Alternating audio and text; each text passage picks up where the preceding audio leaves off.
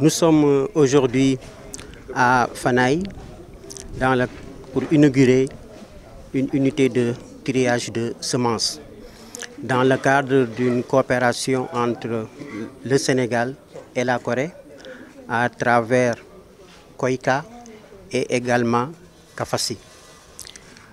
Pour ce qui concerne l'unité de triage qui a une capacité de 60 tonnes jour, cela permet dans un premier temps de permettre à l'ISRA d'avoir une chaîne de production de semences de pré-base de bonne qualité.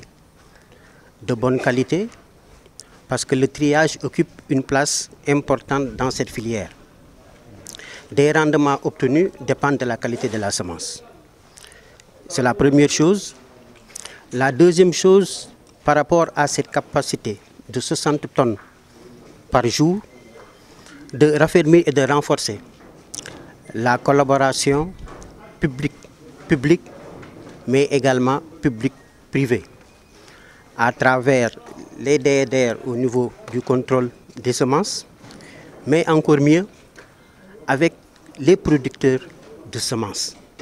Parce que l'ISRA produit les semences de pré-base, les niveaux G3, qu'il donne aux opérateurs semenciers pour la production de base, de R1, R2 et finir par les semences certifiées qui seront mises à la disposition des producteurs. Et on sait que le Sénégal est engagé dans un programme d'autosuffisance en riz où l'objectif de 1 800 000 tonnes est demandé et à avoir cette coopération entre le Sénégal et la Corée avec cette unité de triage, mais encore mieux, la mise en place d'un système d'irrigation qui permet de pouvoir cultiver 12 mois sur 12 avec des objectifs qui ont été fixés dans le cadre de ce programme de 27 tonnes, de G3, de ISRI 6 et 7. Les résultats d'aujourd'hui, à travers cette visite du magasin, nous montrent près de 60 tonnes de semences de pré-base qui vont passer au système de triage. Et avec le premier tri fait, nous espérons avoir des pertes qui tournent autour de 2 à 5%. Ça veut dire que c'est un record jamais égalé de pouvoir produire presque plus de 50 tonnes de semences de pré-base. Mais encore mieux, ce qu'il faudra maintenant faire, il faudrait qu'on puisse maintenant atteindre les objectifs de l'État du Sénégal, c'est-à-dire les 1 800 000 tonnes de riz paddy. Et nous sommes à, comme j'ai dit tantôt, presque 50 tonnes. Si nous faisons un petit calcul, nous prenons 20 tonnes de semences de pré-base, les niveaux 3, qu'on donne aux opérateurs semenciers, on peut avoir 1000 tonnes de semences de base. Et à partir de ces 1000 tonnes, nous pouvons avoir 50 000 tonnes de semences certifiées. 50 000 tonnes de semences certifiées vont permettre d'emblaver à peu près plus de 400 000 hectares.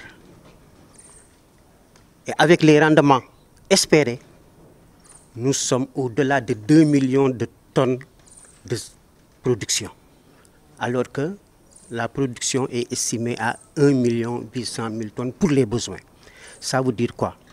À travers une seule campagne, nous avons atteint l'objectif. Et ce qui est également attendu, c'est que presque actuellement, plus de 50%, 60% du riz consommé est exporté et importé. Et à travers ces résultats, nous serons au-delà des objectifs, mais encore mieux, dans ces mêmes conditions, c'est-à-dire avoir un continuum recherche, formation et appui conseil, le Sénégal peut devenir un pays exportateur de riz.